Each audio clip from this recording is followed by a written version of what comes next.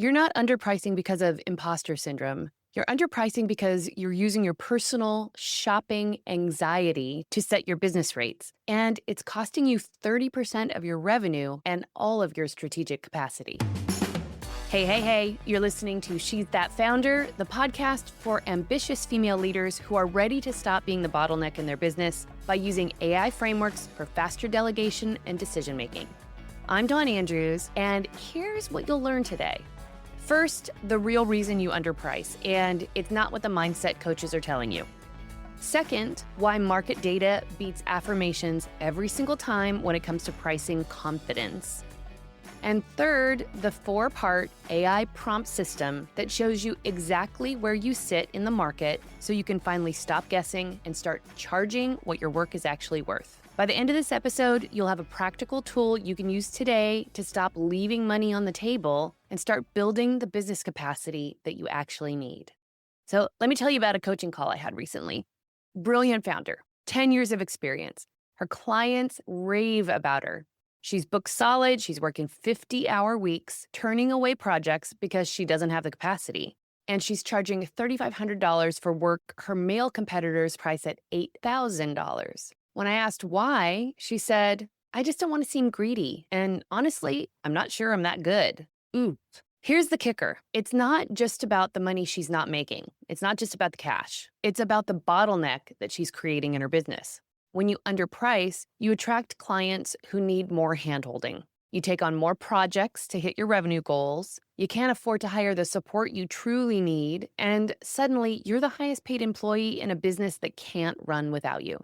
Your pricing problem is a capacity problem, and today we are fixing both. Okay, so let's talk about what's actually happening here. A 2023 analysis of freelance platforms showed something really fascinating. Women-led businesses received 23% fewer bids than male-owned businesses at the same price point. But when they raised prices 30%, their bid volume only dropped 8%, while revenue per project jumped 85%. Yes, girl, there we go. Higher prices signal authority. But here's what nobody is talking about. The reason women underprice isn't just socialization or imposter syndrome. They certainly play a role. I'm not saying they don't, but those are symptoms. The real issue is that you're pricing based on what feels expensive to you, not what the market will pay. So let's just think about that for a minute. You are likely the primary decision maker in your household budget. You know what things cost. You know what makes you hesitate before clicking buy. You know that feeling when a price seems too high, and you're projecting that discomfort onto your clients. But the truth is, your clients aren't buying with your psychology. They're buying with business budgets, with different priorities, and completely different pain thresholds. So when you see $8,000 for a brand strategy project, you might think, that's a vacation, or that's months of groceries, that's insane. Your client sees it as 10% of their marketing budget, or the difference between hiring a full-time strategist for 3 months or getting it done in 3 weeks, or a rounding error compared to the revenue that brand positioning will generate. You're not in the same economy, but you're pricing your services like you are. Okay, so here's the self-audit. Think about your last 3 sales conversations. Did you apologize before you stated your rate? Did you offer a discount before they asked? I'm raising my hand, guilty as charged. Did you justify your pricing with a long explanation of everything included? Did you feel relief when they said yes instead of excitement? If you answered yes to any of those, you are underpricing. And here's where it gets really interesting. When you underprice, you don't just lose revenue, you lose leverage. You can't afford to be picky about clients, you can't afford to delegate, you can't afford to say no. You become the bottleneck because your pricing won't let you build the business infrastructure that would free you. And before you tell me, but Dawn, my clients can't afford higher rates, please stop. That is not market research. That is you deciding for them. I've watched founders, and for real, I've done this myself. I've watched founders raise rates 50% and have better close rates because they finally started talking to clients who had real budgets. Your affordable pricing is attracting people who can't necessarily afford to succeed, and that's why you're drowning. Not to mention the marketing that's required to keep bringing in high volume at low price. So I just want to recap real quick. You're not underpricing because you're not good enough. You're underpricing because you're using your personal buying psychology to set business rates, and it's trapping you in that day-to-day work. So why don't you just raise your rates? Real talk, this isn't an imposter syndrome problem. It's a data problem masquerading as a confidence problem. So many layers, right? It's like an onion. Let's peel the layers back. Most founders set their pricing based on what they used to make in their corporate job, what they think people can afford, what feels fair, and what their gut tells them. None of these are pricing strategies. They're guesses wrapped in anxiety. And listen, girl, confidence doesn't come from affirmations, it comes from evidence. You can journal about your worth all day long, and I do it, and I recommend it. You can hire a mindset coach to help you work through your money blocks. All are excellent things to do. But if you don't know what the market actually pays for comparable work, you're still guessing. And when you're guessing, you default to undercharging because it feels safer. So you need to know what the market actually pays for your type of work, what deliverables and results your competitors include at different price points, where your expertise and results actually stack up against them, and what premium you can command based on specialization, speed, outcomes, and your personal expertise and history. Without that data, you are stuck comparing yourself to competitors with zero context about their positioning, client results, actual close rates. And that's not strategy, that's panic, or at best, delay. So here's what builds pricing confidence. I had a client who was charging $5K for brand strategy work. She raised her rates to $12K and was terrified. You want to know what happened? I bet you do. Her close rate went up.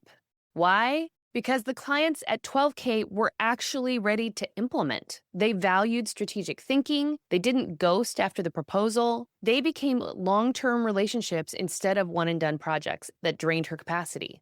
Higher rates filter for better clients, but you have to believe the rates are justified. And that belief doesn't come from affirmations. It comes from knowing where you sit in the market. Most pricing advice will tell you to know your worth, but your worth isn't the variable. Market positioning is. You're not worth 3K or 8K or 15K. Your worth is invaluable. There's not another one like you. So I just want you to hold on to that close and push it to the side for a second while we get pricing set for your services. Because your services are positioned at a certain level based on expertise, results, delivery model, and marketing demand. And you can also put a little of your own chutzpah in there and just say, because that's what I charge. So AI can really show you exactly where you sit in the market. I just want to recap for you that confidence comes from data, not affirmations alone. And you need market context to price strategically instead of emotionally. So here's the AI price intelligence system. And this is where we're getting really practical. I'm going to give you a 4-part AI prompt system you can use today to build a pricing strategy based on actual market intelligence instead of your anxiety. So step 1, document your deliverables and your client results. Pop open ChatGPT, Claude, whatever tool you're using, Copilot, do your thing. Whatever AI tool you're using, and start with this prompt. I'm your role, serving your ideal client. Here's what I deliver. And then list your most recent scope of work, deliverables, timeline, and any measurable client results. And then say, please organize this into a clear deliverables framework. With this, AI will help you see the actual value of what you're providing. Most founders undersell themselves because they don't realize how much they're actually delivering and how much time it takes. They also forget that you're not just doing the work, you're bringing years of expertise, pattern recognition, strategic frameworks, the ability to see around corners that your clients don't have or don't have time for. So much that isn't just in the actual results that you're delivering.